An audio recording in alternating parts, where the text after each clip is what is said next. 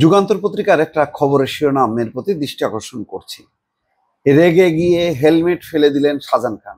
আমি দৃশ্যটা দেখলাম এবং কেন রাগ করছেন বুঝলাম না।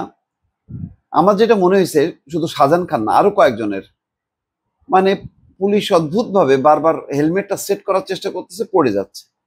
এবং সামনে যে তাদের যে মানে প্লাস্টিকের যে মানে কাভারটা আছে মুখের সামনে, সেটা এত অস্বচ্ছ যে ওইটা উঁচু করে রাখছে। যদি সামনে আনে, তাহলে মুখের সামনে আনলে সেটা সম্ভবত দেখা যাবে না।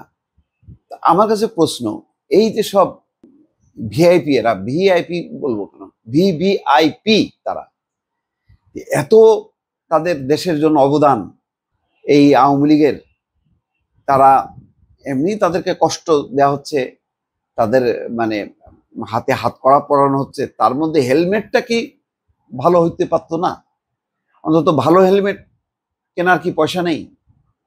এই সমস্ত পুরনো বস্তা পচা হেলমেট কোথা থেকে নিয়ে আসে? ময়লা টয়লা। ওনারা হচ্ছেন মানে আওয়ামী লীগ করেন, 15 বছর ধরে দেশ শাসন করছে, দেশকে আজকে উন্নয়নের এমন পর্যায়ে নিয়ে আসছেন।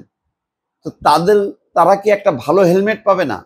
আমি সরকারকে বলতেছি, তাদেরকে একটা ভালো হেলমেট পাওয়া উচিত না? নতুন হেলমেট পাওয়া উচিত না? সব বাদ দিলাম, আপনি হাতে হাত কড়া পরান, সব পরান, এই যে হেলমেটটা রাখাই যাচ্ছে না, কি ফিতা বোধহয় ছেঁড়া, পিছন দিক দিয়ে চলে মানে হয়ে যাচ্ছে, সামনের দিকে আসছে, আবার সেট করতে হচ্ছে কেন?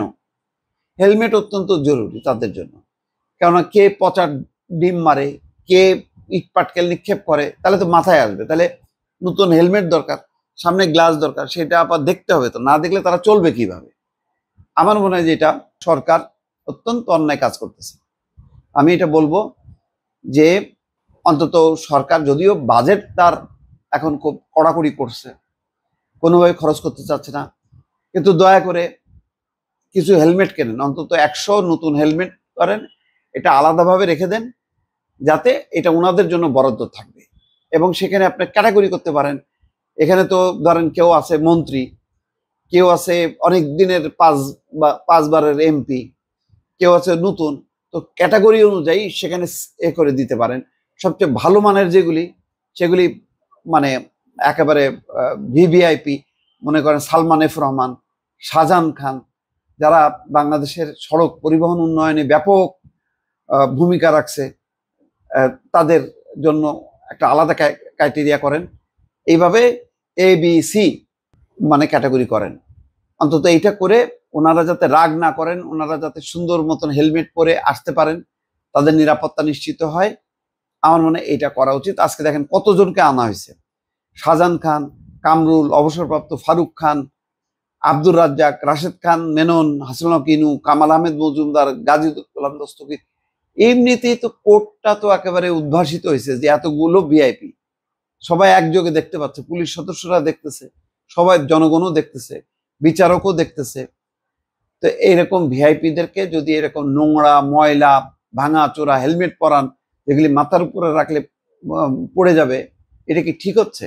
আমি সরকারের কাছে অনুরোধ করবো, অন্তত এই একটা হেলমেট ইস্যুতে প্লিজ আমার কথা রাখেন, নতুন হেলমেট আমদানি করেন দ্রুত গতিতে, এবং তাদেরকে ওইভাবে ক্যাটাগরি করে সুন্দর, যেগুলি বেশি সুন্দর হবে হেলমেট, সেগুলি তাদের জন্য রাখেন। আবার তাদের যখন কাজ শেষ হবে সেগুলি আলাদাভাবে একটা সংরক্ষণ করেন, আবার তাদের অথবা তাদের কাছে দিয়ে দিতে পারেন।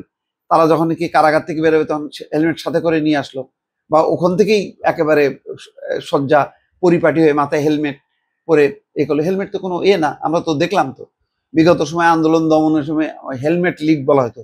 তো হেলমেটের সাথে তাদের একটা সম্পর্ক আছে, হেলমেট তারা ভালোবাসে। সবকিছু বিবেচনা করে ওনাদের জন্য একটা হেলমেট দ্রুত গতিতে নতুন নতুন হেলমেট কেনা হোক। এবং ধরেন লাল রঙের হেলমেট গুলো ধরেন সবচেয়ে ভালো সালমান এফ রহমানের, এইভাবে বিভিন্ন রঙের কেনেন, মানে ক্যাটাগরি করেন, করে তাদেরকে দেন। এটা আজকে যেগুলি দেখলাম, এটা আসলে ভালো লাগলো না। দর্শক ভালো থাকবেন, আল্লাহ হাফেজ।